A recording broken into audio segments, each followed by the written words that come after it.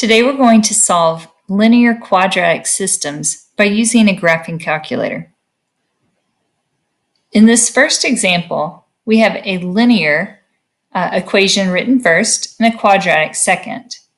So we already know we're going to have a parabola and a line, and we're looking for where these two graphs cross, what points they possibly share.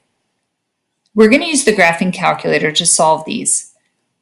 Since both of them are already set up in y equals form, we don't have to do any work on the equations themselves.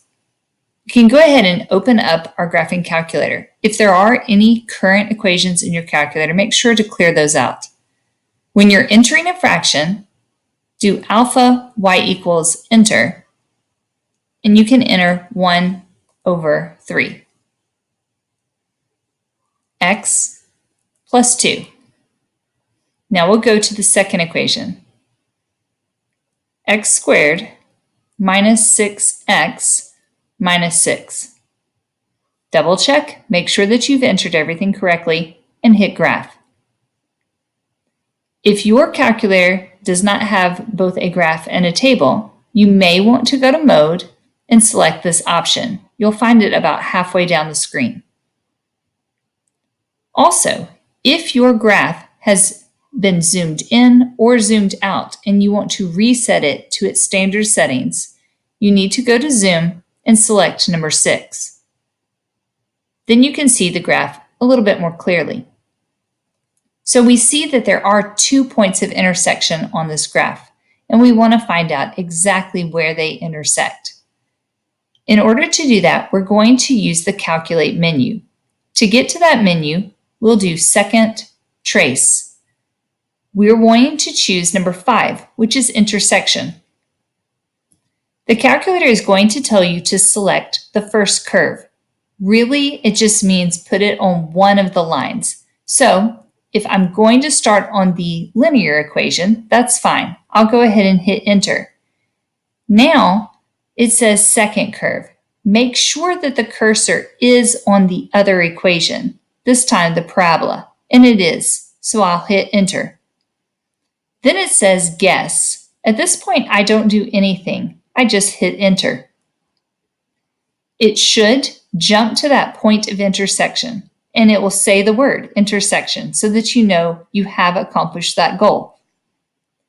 What is given below is the point of intersection. If it's a decimal, you may want to check the instructions to see how you're going to round your decimal. We're going to round to the nearest tenth. So this point of intersection is negative 1.1, comma, 1.6.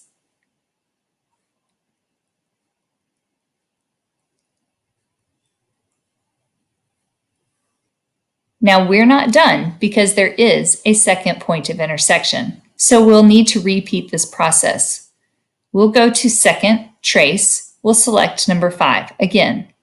But this time, instead of leaving the cursor where it is, I want to move the cursor closer to the point of intersection that I want to find. I'm going to remain on the line. I'll hit enter. Now it says second curve. I just need to make sure it is on the parabola, and it is. And I am closer to that second point, so I'll hit enter. Now it says guess. I'll hit enter again. It jumps to this point of intersection, and the location is 7.4, comma, 4.5.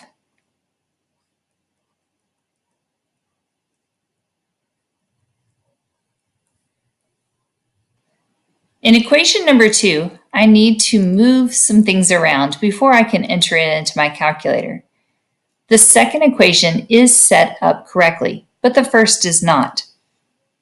In order to fix the first, I will need to add 3 and add x. So the first equation will become y equals a positive x plus 3. Now I have the 2 equations I'll put into the calculator.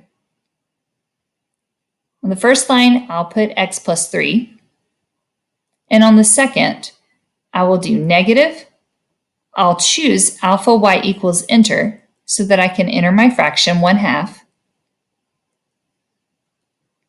Then I'll put my parentheses, x minus 1. Don't forget to square your parentheses, plus 4. Now I'll hit graph. In a case like this, I can tell that there is an intersection that occurs, but it's so small it's hard to see. You may want to choose to zoom in to this location. You can use your arrow buttons to direct your calculator exactly where you want it to zoom in. If I move the cursor closer to this point of intersection, and then I choose zoom, number 2, enter, it will zoom in on that part of the graph, and then I can see it more clearly. I do see 2 points of intersection, and so I'm going to find out what they are. We'll use second, trace, intersect, number 5. I do want to move closer to that point of intersection. I'm going to remain on this first line and then hit enter. It jumps to the second. Hit enter. Now it says guess, so I'll hit enter a third time. And it tells me that this point of intersection is at -1, +2.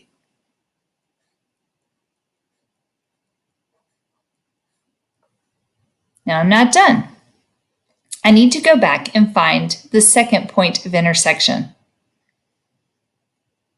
So I'll go to second, trace, number 5, and I will move my cursor closer to that point of intersection. I'll hit enter.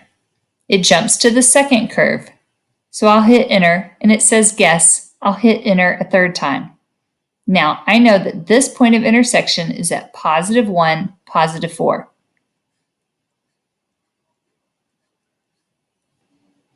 Number 3 gives us an example of a line that will intersect a circle.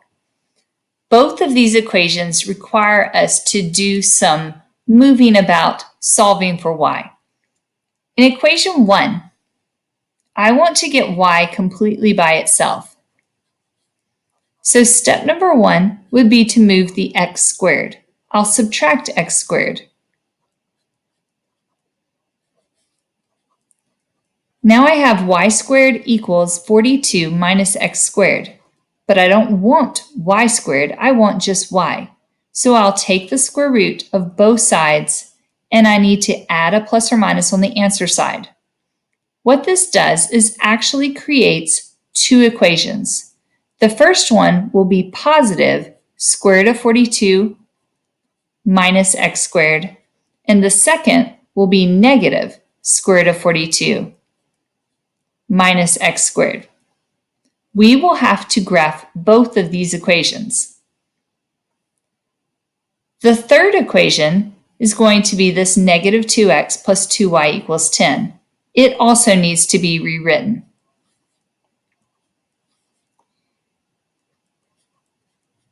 So I will start by adding 2x to both sides.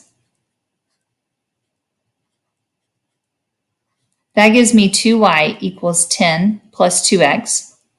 And then I'll divide all 3 terms by 2. If you want to, you can rewrite it with the x written first and the constant second, which would be slope-intercept form. So x plus 5. And this becomes our equation 3. So now we'll get out our calculator. The first equation is going to be the square root. If you haven't entered a square root into your calculator, you'll find it above the x squared button. You'll need to use your second and then hit x squared for the square root to come up. 42 minus x squared. The second equation has a negative. Make sure you use the negative at the bottom of the calculator.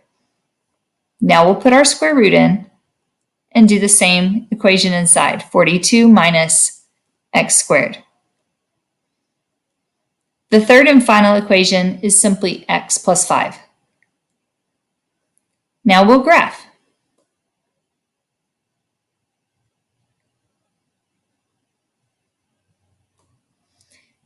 Because I zoomed in the last equation, I can't see my graph at all. So I might want to start by doing zoom standard so that I can at least reset and get an idea of where the graph is. You'll notice that when your graphing calculator graphs a circle, it does have this opening gap, but we know that the circle is continuous. We have 2 points of intersection, and we're going to need to find both of them. So we'll do second trace number 5. It starts on this first curve, and that's fine. It's close to this point of intersection, so I'll hit enter. But you'll notice it jumped to the other side of the circle. That's not correct. So I need it to jump back to the line. If I hit the arrow down button, it will go to this line, and now it is correctly on the second curve. Hit enter. Now I'll say guess. Hit enter. And it does jump to this point of intersection, which is 1.3, 6.3.